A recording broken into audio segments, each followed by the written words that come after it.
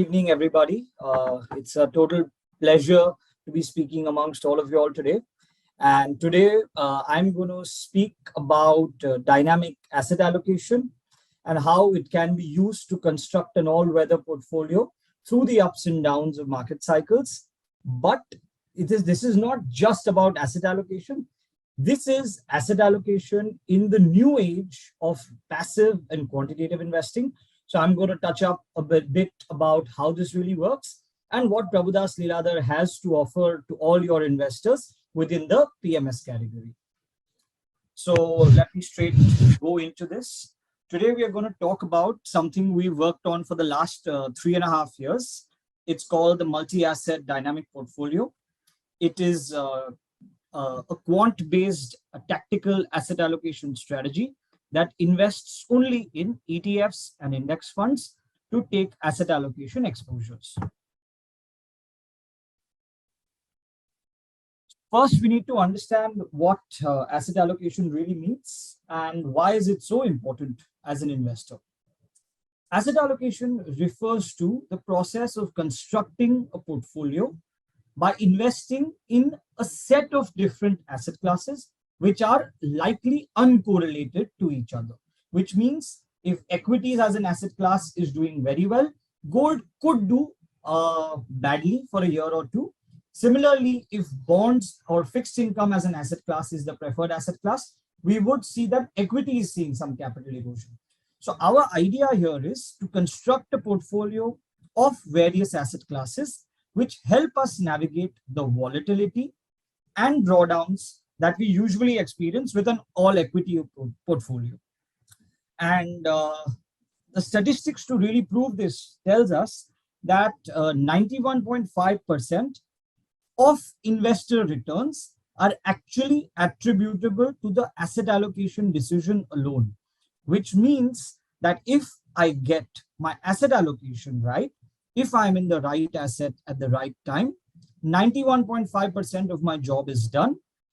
Factors like security selection, market timing contribute less than 7-8%. So we must be fully aware at all times that our primary focus of generating returns and constructing a portfolio that can weather all the market volatility is via the asset allocation route. Now, the advantage of asset allocation is that it does not compromise on your long-term returns as a portfolio, but it completely optimizes, brings down and reduces the risk and standard deviation of your portfolio.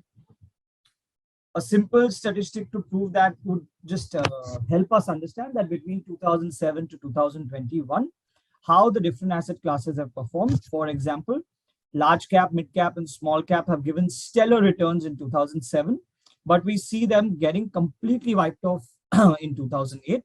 Similarly, we see them posting a strong recovery in 2009.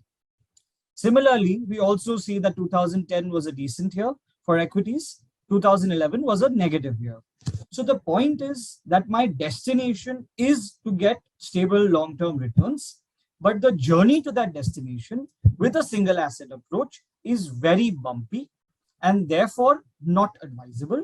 With a multi-asset approach, your destination of returns is not compromised or not sacrificed, but your journey is very smooth. And that is the real idea of why we promote multi-asset as a concept of investing. There are two key types of asset allocation. I'll briefly touch over them. One is a strategic allocation. Second one is a tactical allocation. Strategic allocation focuses more on risk profiles rather than risk management. It is highly static in nature and it does not change with the changes in economic, market or monetary cycles. Whereas tactical asset allocation is not customized to a risk profile of a particular investor. It rather focuses on managing risk at a portfolio level. It is highly opportunistic in nature. It is focused on outcomes and it involves a lot of active rebalancing based on the economic cycles, market cycles, monetary cycles. Now, another concept that I would like to briefly introduce today is passive investing. So first, let's start about the two biggest schools of investing. One is active, the second one is passive. Active investing is all about a fund manager constructing a portfolio of equity or other asset classes and managing it actively while trying to beat the passive benchmark. What data tells us is that in a 1 year, 3 year, and 5 year period, if we look at the Indian equity large cap space as an asset class of the mutual fund category, 86% and 82% of actively managed funds have not been able to outperform their passive benchmarks. And that is paving the way for passive investing gaining popularity not only globally, but also in India. Now we look at what a passive portfolio construct looks like and how are the returns of a passive portfolio. So a conservative, moderate, and aggressive portfolio, which is investing across asset classes, looks somewhat like this, where we have, say, a 12% large cap exposure in conservative, which increases to 18 and 22 as we go from moderate to aggressive. Similarly, we have a 8% mid cap exposure, which increases to 15 and 20. Like this, if we see the gold exposure is highest in conservative, say at 20%, it gradually comes down as we move to moderate and aggressive. Similarly, the fixed income exposure is also higher in conservative, which comes down as we move to aggressive investing.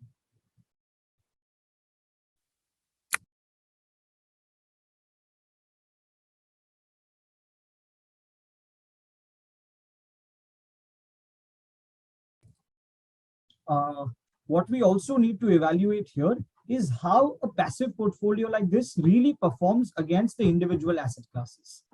So when I look at a conservative portfolio, a moderate portfolio, and an aggressive multi-asset portfolio, their returns are in the 12 to 15% mark since 2006 compounded. When I compare that with a large cap or mid cap or a next 50 portfolio, the returns are marginally lower, which are represented by the blue line, but the risk or the standard deviation or the volatility of the portfolio is much higher as represented by the yellow line. So this is tying back to the original thesis I was trying to present, that as we invest in a multi-asset portfolio, our focus on returns or the destination of returns is not foregone, but we also achieve managing risk through the cycles. Now, MADP or multi-asset dynamic portfolio is the strategy that we are talking about, which is a dynamically or tactically managed asset allocation strategy. What that really does for us is it also enhances the returns as compared to any other asset class while mitigating the risk in a very, very huge way. Therefore, the blue dot that you see here, that is called the Sharpe ratio. Now, the Sharpe ratio is nothing but for every unit of risk that I am taking with my capital, how much return can I generate on that? So the higher the Sharpe ratio, the better it is. We can compare, say, an asset class like NASDAQ to a multi-asset dynamic portfolio, given that the returns are almost similar across a period from 2006 till date, but the risk of a multi-asset portfolio is significantly lower. So this gives you a broad idea of why investing across asset classes is beneficial to manage risk and mitigate risk across any and every time. Now we also back this up with data. So if the returns are such, then what is really happening at a global level in terms of active and passive investing? So if we look at 1998, this is US funds, US equity funds, only 11% of assets were managed passively, whereas 89% of the assets were managed actively. Jump to 2019, we see this mix changing drastically in favor of passive investing. The 11% has now become 50%. And if we go by the early trends of data, as of 2021, this number has gone north of 62%, which is clearly favoring passive investments. Now, when we also look at North America, Europe, and Asia Pacific, since 2003 to 2020, if we look at the last 2 odd decades, we see a very, very meteoric rise in all the ETF assets across the world, which is again proving the theory that passive investing is now gaining traction and is a thing of the future. India is in its nascent journey right now, which means we've just gotten off the mark April 2020, our passive AUM as a percentage of total AUM was at around 7.9%. Coming to October 21, this 7.9 has gone up to 11.9%, which means that the trend has now begun and it will only amplify in years to come. This is a basic about what are the real differences between ETF and direct equity. Should be common knowledge for most of the participants, but I'll briefly take you all through. So an ETF, what it really does is it tracks an index, it's rule-based, and it does not involve any stock selection risk, which means if the Nifty 50 has 50 stocks in a set weightage, the ETF or index fund simply has to replicate the same stocks in the same weight, which means there is no risk that a fund manager or an active decision made might lead to portfolio outperformance or underperformance. What you will simply do is track the performance of an index. So this is monitored and rebalanced daily by the index creator, and it eliminates all sorts of unsystematic risks and is highly diversified. Also, the overall expense ratio is extremely low. The yields are better, and there is no emotional biases involved. Another thing to understand is when you own stocks of the Nifty 50 and the stock is moved out of Nifty 50 due to underperformance at a business level, management issues, corporate governance issues, etc. As an investor in the stock, say for example, a Yes Bank or an Idea, you will end up losing a lot of capital. But as an investor in the index fund or an ETF, you are extremely well protected because the index fund or ETF simply rebalances the weakest stocks and replaces it with stronger stocks. So at a portfolio level, your impact is zero. And that is why index ETF investing is really gaining traction all over India and the world. The next concept I would like to really introduce here is quantitative investing. So quantitative investing talks about data-driven, scientific, rules-based investing versus active, discretionary, or emotionally influenced decision making.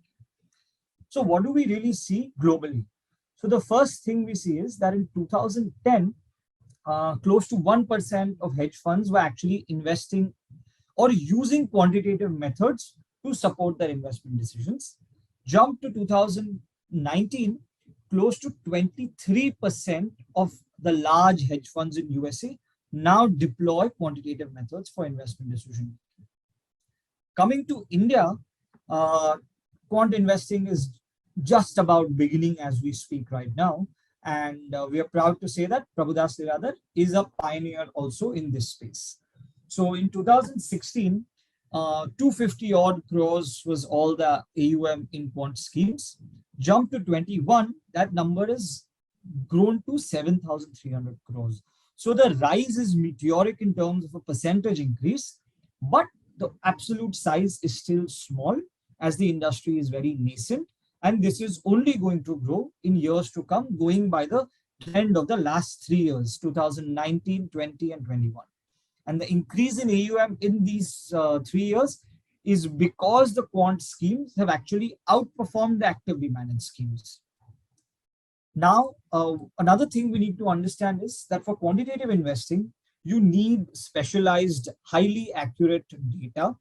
You also need technology in terms of Python and other coding languages. And you also need the right talent pool who can use all this and use it in the context of asset management. As we speak, India is at the cusp of growing in all the three: data, technology, and talent. And given the raw materials needed for quant investing are on the rise, the trend or popularity of quantitative investing is only going to increase in the years to come. Another thing we need to look at is that between 2010 to 2017, quantitative investing globally has grown at a 19.2% CAGR versus a 1.8% CAGR of active investing. And this slide really sums everything up. That if I look at a long-term data, see what happened across the last 7 years. So yellow bar represents active assets, the blue bar represents passive assets, and The dark blue bar represents assets managed using a quantitative style. So the trend is clear. Active is growing very slowly. Passive is growing faster than active, and quant as a style of investing is the fastest to grow. Now, why do I really tell you so much? Why do I talk about asset allocation, tactical asset allocation, passive investing, and quantitative investing?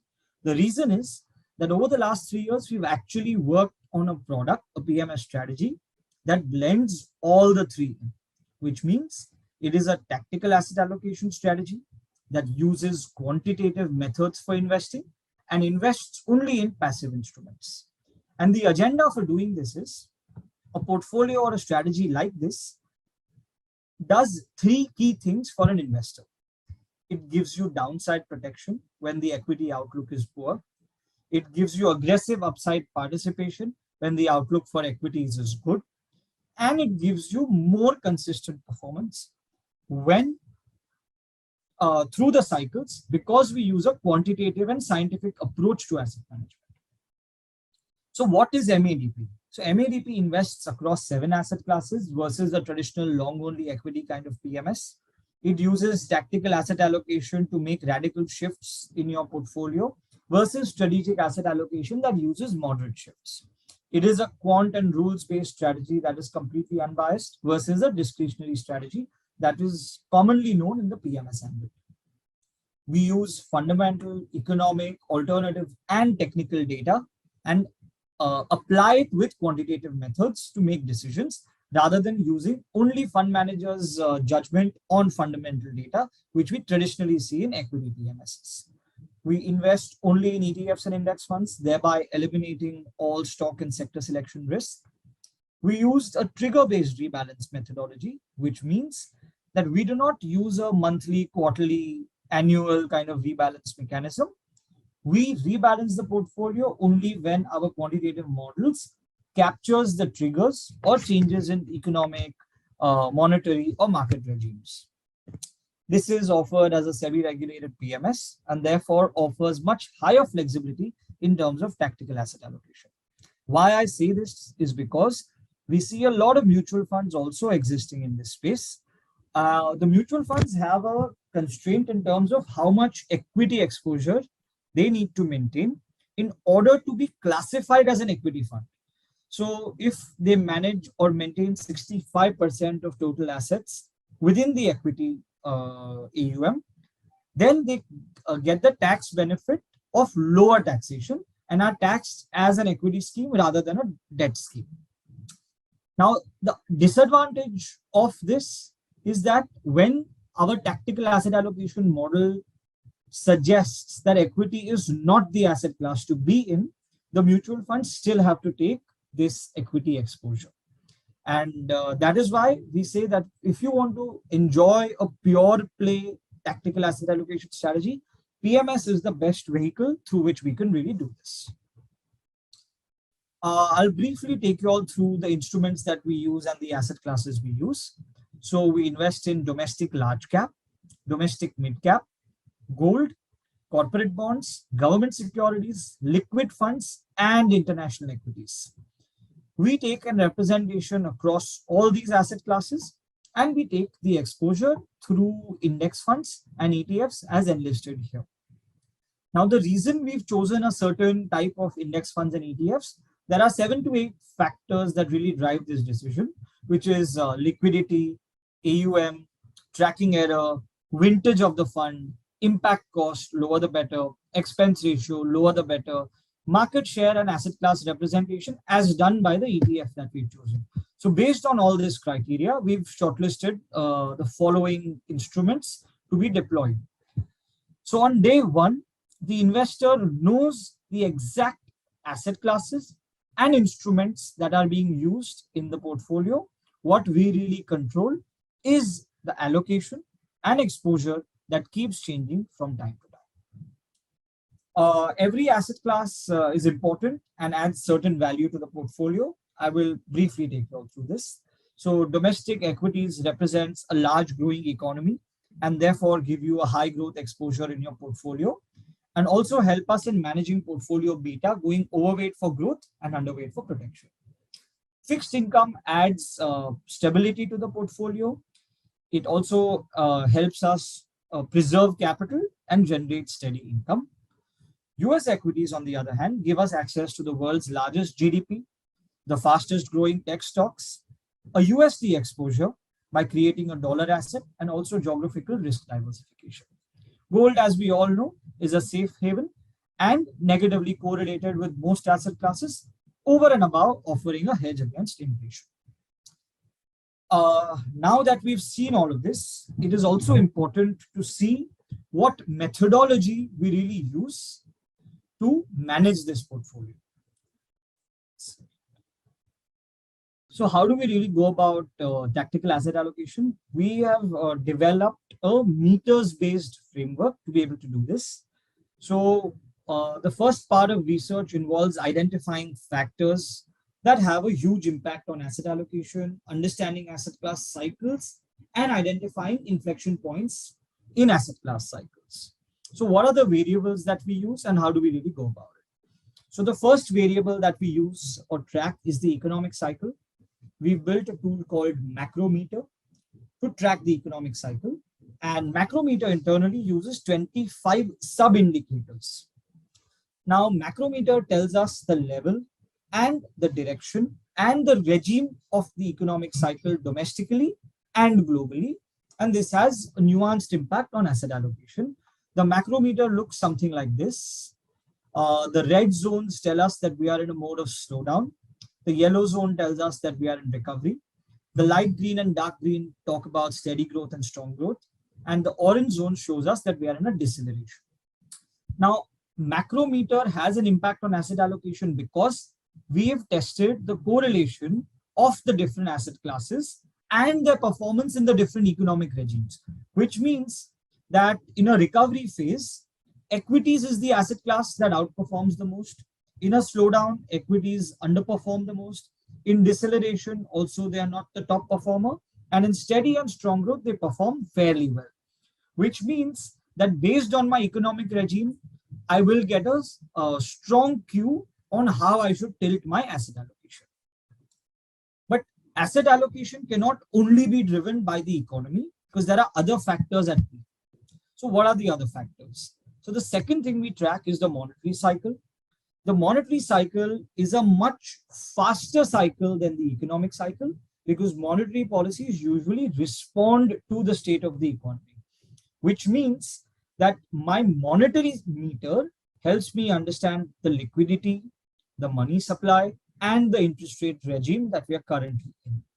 And if everybody remembers clearly, the entire first half of the COVID rally was termed as a liquidity-driven rally. So our monetary meter steps in right here when it actually gauges and captures the liquidity in the financial system and therefore tells us that because the liquidity has increased so much, the interest rates have fallen so much, equities should be the preferred asset class. The third cycle that we track is the fastest among the last three. So that is the equity market cycle. We use a tool called the cyclometer to gauge this. The cyclometer breaks down the equity market cycle in terms of valuation zones. And over the last 60 days, we have been capturing that the markets are in a red zone, which also represents peak formation. Peak formation is a zone within the equity cycle where the risk reward is not in favor of the equity investors. Momentum might continue even in the red zone for 6 to 8 months, but on a long-term investment basis, the risk reward is not in your favor, which means that when I get a signal like this, I would be in a much better position to trim my equity exposure and diversify it across the safer asset classes. So it is not important to make money every month, every quarter, or every year for that matter. What is important is to know when is the time to make money and when is the time to protect the capital. And our meters-based framework helps us do just that.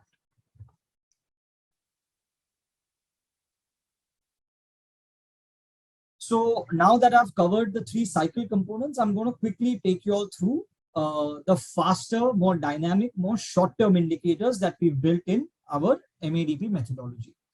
So the first short-term indicator we use is called momentum. Our meter is called multi-asset momentum meter. We try to capture the dual momentum between the different asset classes. Dual momentum talks about absolute and relative momentum of the different asset classes and is used as a confirmation tool to confirm which asset classes are trending on an absolute and relative basis. The gold meter helps us capture overall net long positions and momentum in gold.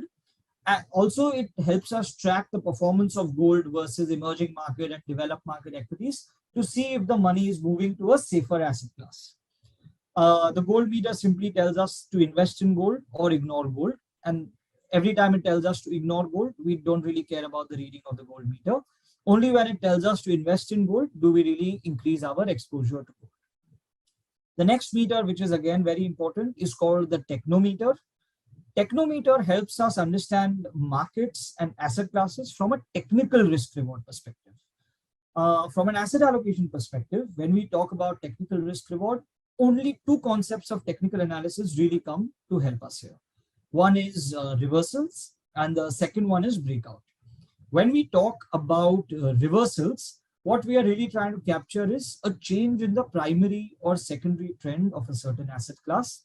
This reversal could be in a positive direction or in a negative direction. For example, 2.5-3 weeks ago, our technometer signaled a sell on equities as an asset class, and that was a negative direction, which means from an uptrending market, the technometer captured that the trend is weakening and we are likely to be in a zone of reversal.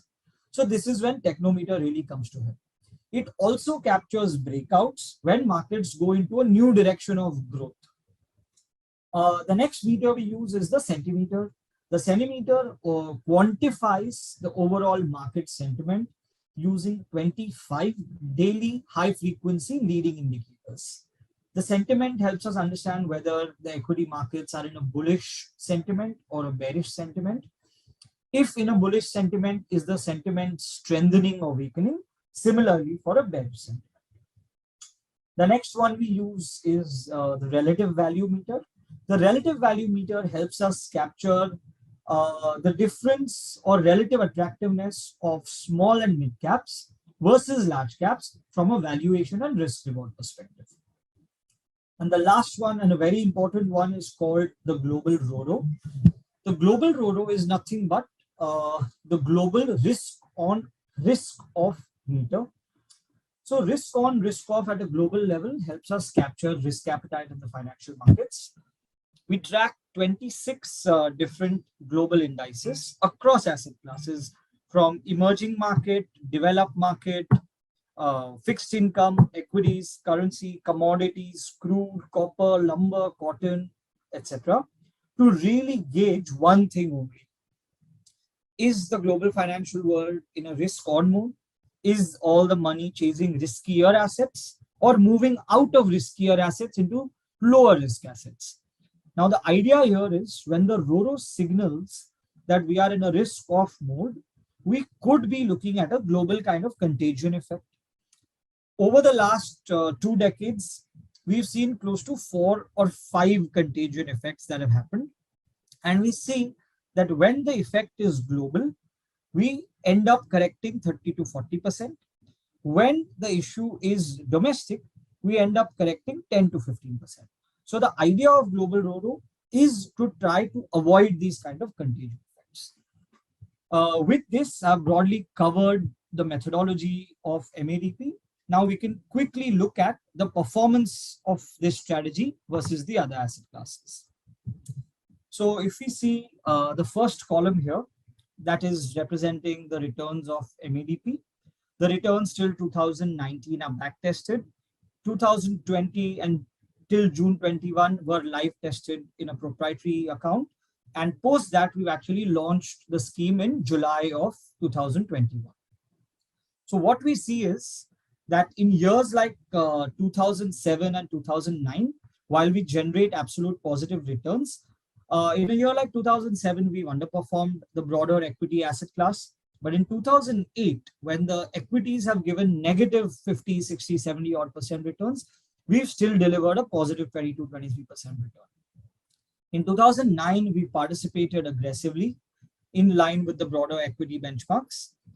And between 2010 to 2014, we've outperformed or been in line with equities as an asset class.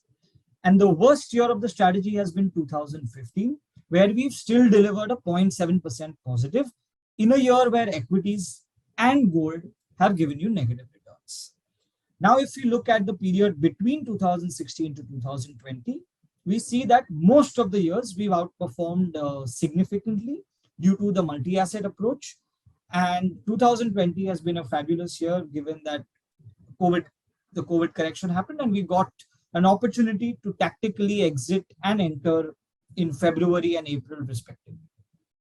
Now, if I look at the overall 3-year, 5-year kind of scenarios, if we look at a 5-year scenario, the best 5-year rolling return has been a 35% CAGR. The worst 5-year rolling return has been a 9.7% CAGR. The median and average lying between 15 to 19 odd percent. What is also important to know is that our standard deviation is extremely low at 10.3%, which is lower than even gold. And our Sharpe ratio is best in class at 2.